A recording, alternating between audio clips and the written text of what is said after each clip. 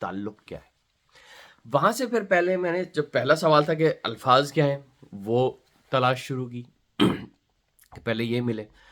اور انٹرسٹنگلی ظاہر بات ہے پھر میں نے کوشش کی لوگوں سے جو لوگ پڑھتے تھے یا جن کے پاس کوشش پپا صاحب سے پوچھا, محمد سفتین صاحب جن سے لوگ بہت ہی رسپیکٹڈ اور مشہور و معروف شخصیت ہیں سادات امروہہ کی, انجمن کے حوالے سے, ٹیبل ٹینس کے حوالے سے, اپنے پروفیشنل کریئر کے حوالے سے, اور ایز اے پرسن انتہائی لائک مائی رول ماڈل. میرے پاس شاید الفاظ نہیں ہے کہ میں ڈسکرائب کر سکوں کہ میں انہیں کتنا ریگارڈ کرتا ہوں. وہ شاید ان کو بھی نہ پتا ہو, but he is one of my role models. بہت ڈیسنٹ شخصیت. تو ان سے گائیڈنس پوچھا, کس سے بات کروں, کہاں جاؤں, کس سے پوچھوں. تو ڈھونڈتے ڈھونڈتے پتہ یہ چلا کہ وہ اس زمانے میں ان چیزوں کو حاصل کرنا انتہائی مشکل تھا. یعنی اس لیے نہیں کہ دستیاب نہیں تھی, اس لیے کہ لوگ شیئر نہیں کرنا چاہ رہے تھے, دیتے نہیں تھے, اپنے چمٹا کے بیٹھے ہوئے.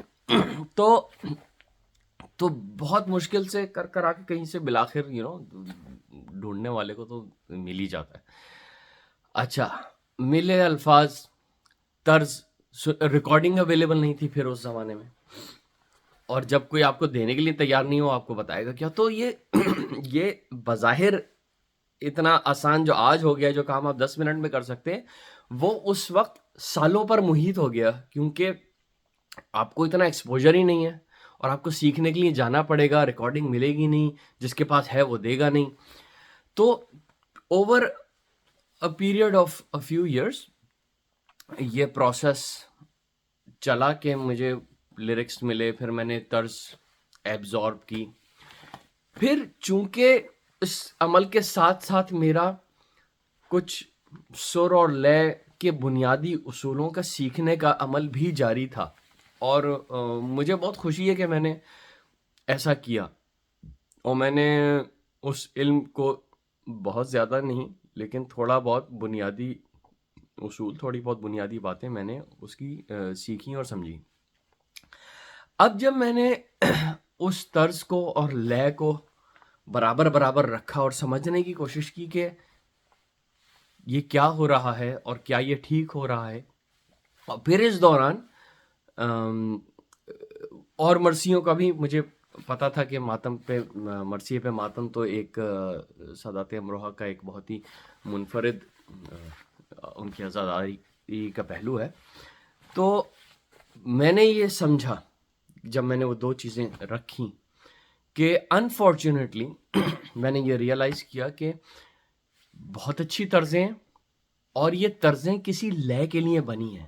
ٹھیک ہے, یہ ماتم کی لے ہے, یہ طرز ہے, لیکن اس وقت یہ اس طرح نہیں ہے, یہ ایسے چل رہی ہیں. یعنی کہ یہ الگ الگ چل رہی ہیں, پیرالل چل رہی ہیں, لیکن آپس میں مل کے نہیں چل رہی, جس سے اس کی جو آپ خوبصورتی کہہ لیں یا اثر ہے وہ سیویئرلی افیکٹ ہو رہا ہے, بہت شدید. یعنی کہ اور جتنا میں ڈھونڈتا گیا میں نے کہا یہ تو میں نے دیکھا کہ عمومی ہے پرابلم, یہ اکراس دا بورڈ اس مرثیے میں بھی تھی, دوسرے مرثیوں میں بھی تھی, بہرحال. لیکن پھر میں نے یہ ڈیسائیڈ کیا کہ لیٹ می ریورس انجینئر, میں اس کو ریورس انجینئر کرتا ہوں اور میں سمجھنے کی کوشش تو کروں کہ اس کی شکل جب بنانے والے نے یہ طرز بنائی ہوگی اس لے کے لیے, تو اس نے اس کو اس میں سم کہاں قائم کیا ہوگا. کیونکہ جو لوگ لے اور سر کے چند بنیادی اصولوں سے واقف ہیں انہیں پتہ ہے کہ جب کوئی طرز ترتیب دی جاتی ہے کسی لے کے لیے تو پھر وہ طرز اس لے کے تابع ہو جاتی ہے. اس سم کا جو مقام ہے, وہ سم کی جو گرہ ہے وہ بند جاتی ہے, اس سے پھر وہ طرز, وہ لفظ, وہ حرف جو ہیں وہ ادھر ادھر نہیں ہو سکتے, وہ سرک نہیں سکتے اس سم کی گرہ سے. تو بہت کوشش کر کے الحمدللہ ریورس انجینئر کر کے یہ سمجھ میں آ گیا. سب سے پہلے جب چلے یثرب سے سبت مصطفیٰ سوئے عراق، کہ یہاں پہ طرز اور یہ بندش جو ہے اس میں سم کا قیام ہے کہاں؟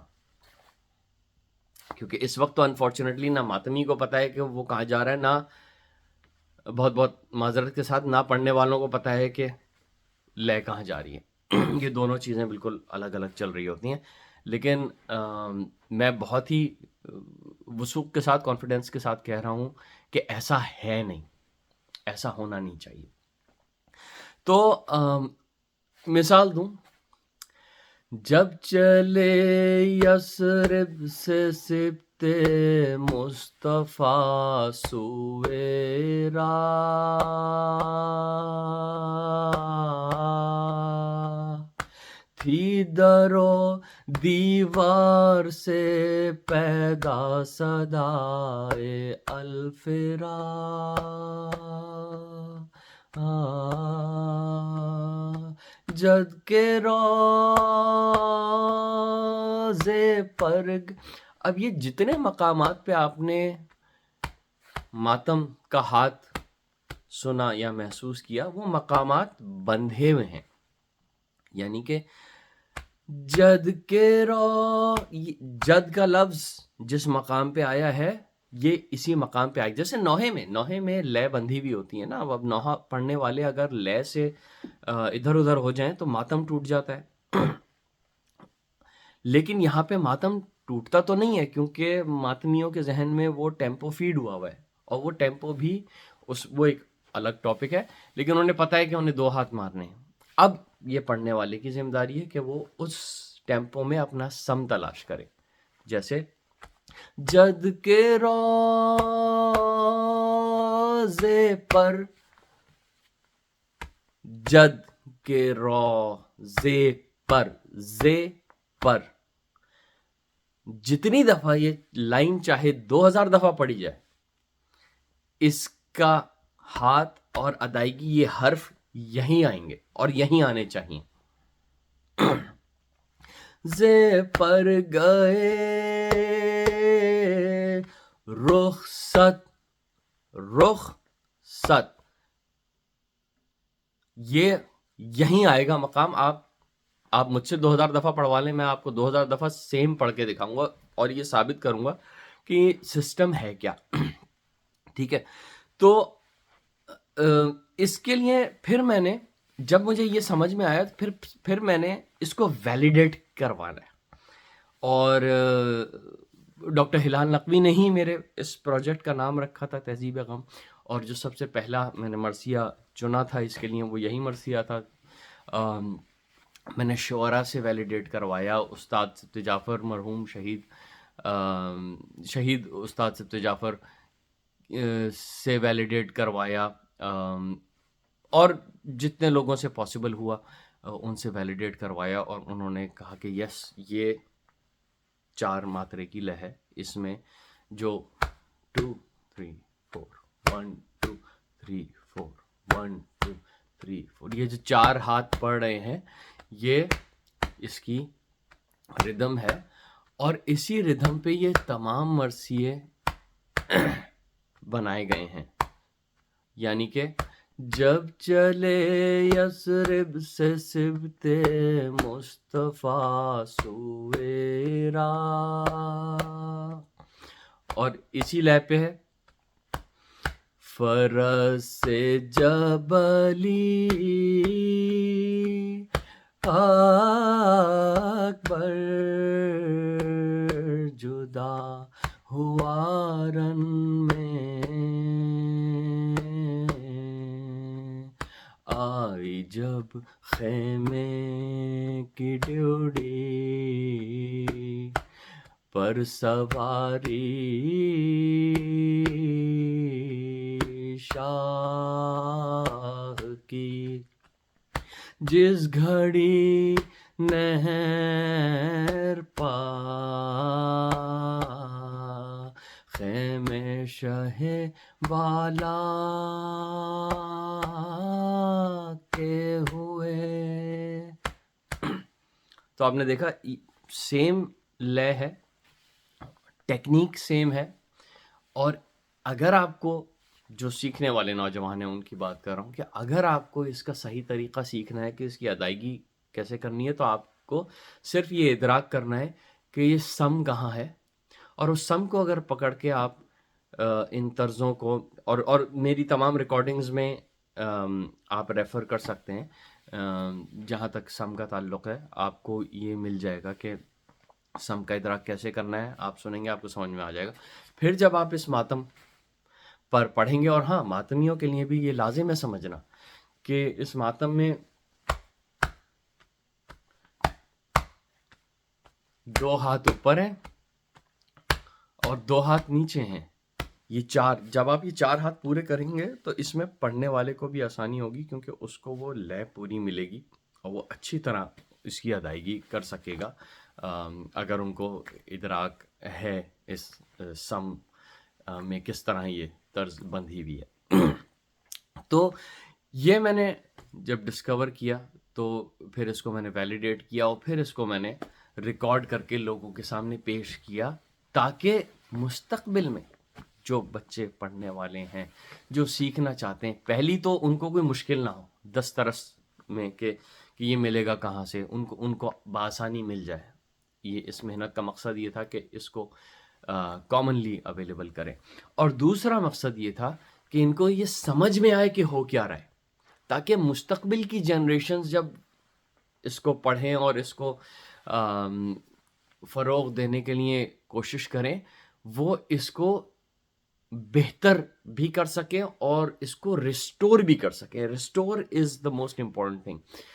بعض لوگوں کا کہنا یہ سمجھنا ہے کہ میں نے کچھ ایسا کیا ہے جس نے مرثیے کو تبدیل کیا ہے. معذرت کے ساتھ ایسا کچھ بھی نہیں ہے.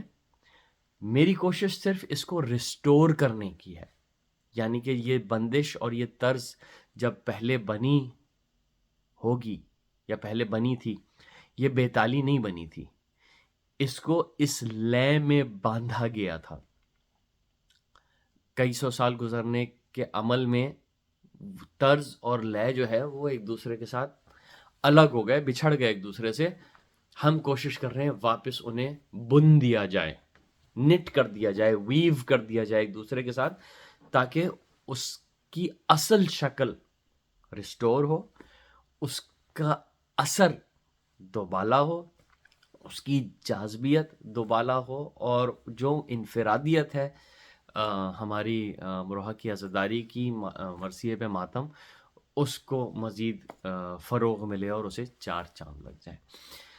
تو یہ ایک چھوٹی سی گزارش تھی. اس میں ابتداء میں تھوڑا پس منظر تھا، اور لیکن اس کے بعد میں نے آپ کو ایکچول، اب تک میں نے یہ بات جو یہ تکنیکی پہلو ہے سم کا اور ان طرزوں کا، آج شاید پبلکلی میں نے اس کو پہلی دفعہ اس پہ بات کی ہے. شاید اس وجہ سے کہ مجھے سمجھ میں نہیں آ رہا تھا، مجھے لگ نہیں رہا تھا کہ کب یہ مناسب وقت ہوگا. تو مجھے شاید لگ رہا ہے کہ اب یہ مناسب وقت ہے کہ میں اس کے اوپر بات کر سکوں. میں نے کئی مرثیوں کو اس سلسلے میں ریکارڈ بھی کیا ہے، اور ابھی کچھ ایسے بھی ہیں جو کرنے ہیں. انشاءاللہ آپ کی دعا اور آپ کے تعاون سے وہ ہوگا، آپ تک پہنچائیں گے. اور جو پہلے کیے ہیں ان میں اگر کوئی اپ گریڈنگ ہوگی، امپروومنٹ ہوگی، وہ بھی آپ تک پہنچائی جائے گی. تو دستبستہ گزارش یہ ہے کہ اس ٹیکنیکل پہلو کے اوپر تھوڑا سا سوچیں، اور صرف ڈائریکٹ تنقید نہ کریں. Don't jump to conclusions. اس کام میں بہت محنت ہوئی ہے، بہت ٹائم صرف ہوا ہے، بہت سوچ بچار لگی ہے. اس کو آپ 2 سیکنڈ میں اگنور بھی نہیں کر سکتے، ڈسمس بھی نہیں کر سکتے. تو وہ میری درخواست ہے دستبستہ کہ ایسا نہ کیجیے گا. آپ اس کو سنیے گا، اس کو سمجھیے گا اور پھر اس کے اوپر غور کیجیے گا. اور اگر کوئی کانورسیشن کرنی ہے، ڈسکشن کرنی ہے، میں حاضر ہوں. مجھے بہت خوشی ہوگی کہ ہم اس کے اوپر کوئی کانورسیشن کریں، ڈسکشن کریں کہ یہ سم کو، اور مزید اگر کوئی سوالات ہیں آپ یا آپ چاہتے ہیں کہ میں ڈیموز کو اور ٹیوٹوریلز کو تھوڑا سا اور واضح کر کے بتاؤں تو میں اس کے لیے حاضر ہوں۔ آپ کی توجہ کا بہت بہت شکریہ۔ 20 منٹ ہوئے چاہتے ہیں، اجازت دیجیے، خدا حافظ۔